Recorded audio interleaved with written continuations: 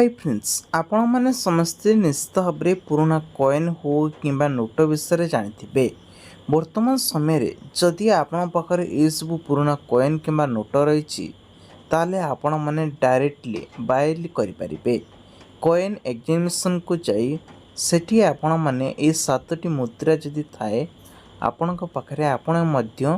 बिक्री करें।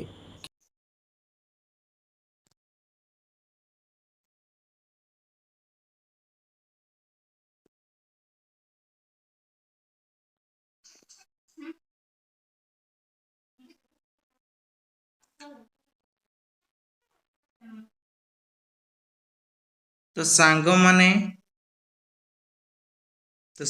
प्रथमे आपण मानक एक 10 टंकिया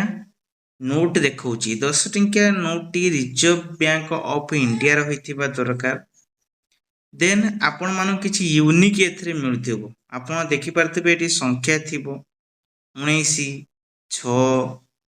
विभिन्न प्रकार रहिछि ता सहित आपण प्राइस हम काई कहूनी प्राइस देखंतु 5000 पूर्व यह 7500 बर्तमान 5000 रखाई ये ये पुराना कॉइन बोली यार भैल्युएसन बर्तमान कमी सिग्नेचर आपण मैंने देखिए पाते CTZ लिखा जाइए जदि यही सब 3टी चिन्ह रही ताहले आपण मैंने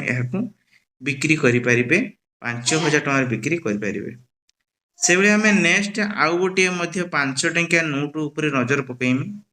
ये 5 टंकिया नोट रे आपण भल भाव में चिन्हतु जानतु देखंतु किभली यार यूनिक कौन पाए एते प्राइस रही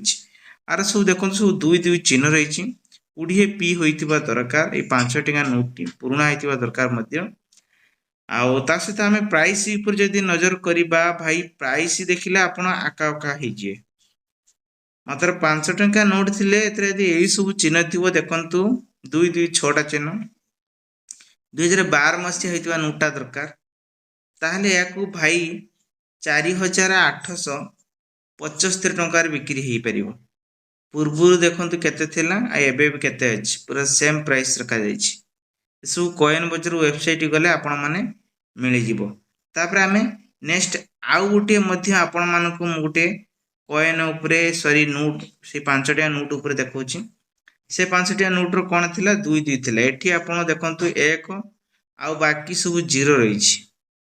एठी मध्ये किछि यूनिक रहिछि तो यूनिक सहित आपण देखंतु किभली देखा जाउछि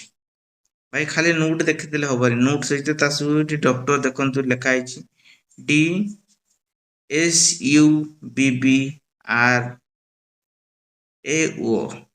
ये सिग्नेचर रही था गोदावर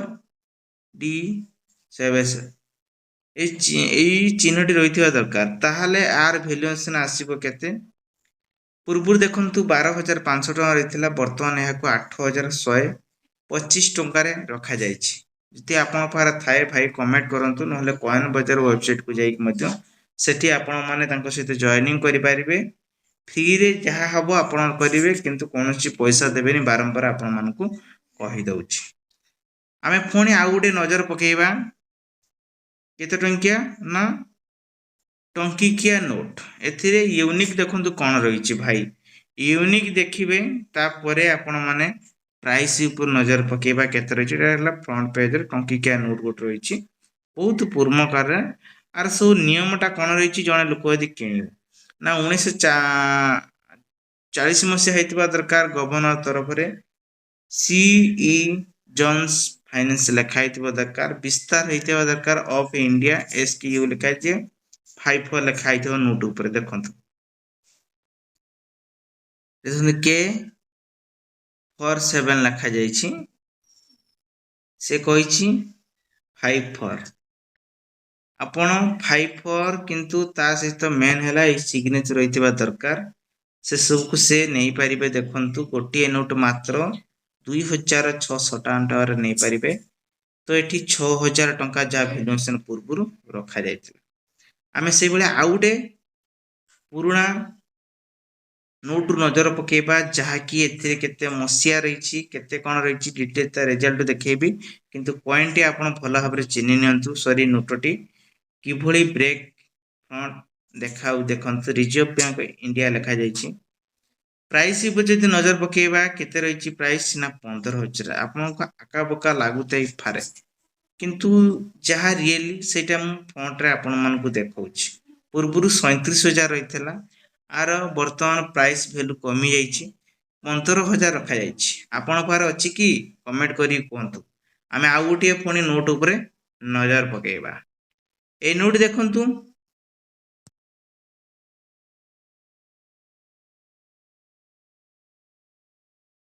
ଆମେ ଆଉ ଗୋଟେ ନୋଟ୍ ଉପରେ ନଜର ପକେଇବା ଆପଣ ଏ ନୋଟଟା ଦେଖୁଥିବେ ଗୋଟେ ଟଙ୍କିକିଆ ନୋଟ୍ ଆଶ୍ଚର୍ଯ୍ୟ ଲାଗୁଥିବ ଆପଣ ଟଙ୍କିକିଆ ନୋଟ୍ ଏତେ ପ୍ରାଇସ୍ ନା ଆରେ ଆକ୍ଚୁଆଲି ଏଠି ସିମ୍ବୁଲାର ରହିଥିବା ଅନୁଯାୟୀ ଦେଖନ୍ତୁ ଲେଖା ହେଇଛି କେତେ 6,000 ଥିଲା ବର୍ତ୍ତମାନ ଏକୁ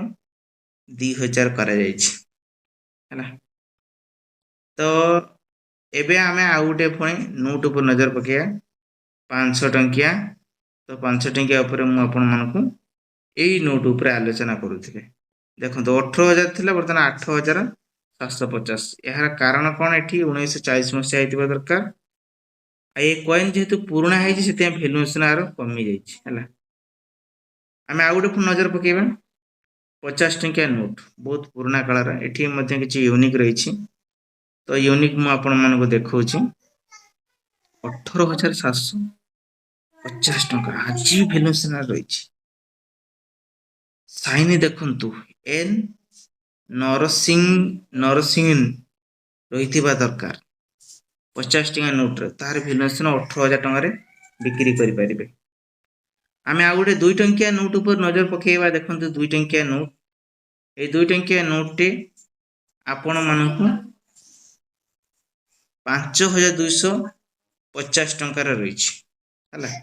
ପୂର୍ବରୁ 12,000 ଟଙ୍କାରେ ବିକ୍ରି ହେଉଥିଲା ଏଥିରେ ଆର୍ଏନ୍ ମଲତ୍ରା ରହିଥିବା ଦରକାର 786 ନମ୍ବର ରହିଥିବ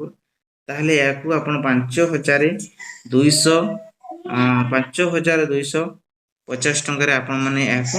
ବିକ୍ରି କରିପାରିବେ ଯଦି ଆପଣଙ୍କ ପାଖରେ ଥାଏ ତାହେଲେ ଆପଣମାନେ ଏହାକୁ ଏତିକି ଭ୍ୟାଲୁଏସନ୍ ଉପରେ ବିକ୍ରି କରିପାରିବେ ତ ଆପଣମାନଙ୍କୁ ମୁଁ ଦେଖେଇଲି ଯାହାକି ଇଏ ହେଲା ଏଇ ନୋଟଟି 2 ଟଙ୍କିଆ ନୋଟ୍ ହେଲା ତାପରେ ଆମେ ନଜର ପକେଇବା ଗୋଟେ 5 ଟଙ୍କିଆ ନୋଟ୍ ଏ 5 ଟଙ୍କିଆ ନୋଟ୍ରେ କ'ଣ ରହିଛି 500 କେତେ ଟଙ୍କା ଗୋଟେ ଭ୍ୟାଲୁଏନ୍ସ ରଖାଯାଇଛି ଆପଣ ଦେଖିପାରୁଥିବେ 5,000 ରଖାଯାଇଛି ଭାଇ ଏଠି ସବୁ କିଛି ରହିଛି ଏଠି 100 ଟଙ୍କିଆ ନୋଟ୍ ଗୋଟେ ଦେଖାଉଛି 15,000 କାରଣ କ'ଣ ନା 100 ଟଙ୍କା ନୋଟ୍ରେ ଆପଣଙ୍କୁ 001 ରହିଥିବା ଦରକାର ୟୁନିକ୍ ରହିଲେ ସବୁ ହବ ତାପରେ ଦେଖନ୍ତୁ ଆଉ ଗୋଟେ ଅଛି 200 ଟଙ୍କା ନୋଟ୍ ବହୁତ ପୂର୍ବ କାଳରେ 3,000 ଟଙ୍କାରେ ବିକ୍ରି କରାଯାଉଛି ଆପଣଙ୍କ ପାଖରେ ଅଛି କି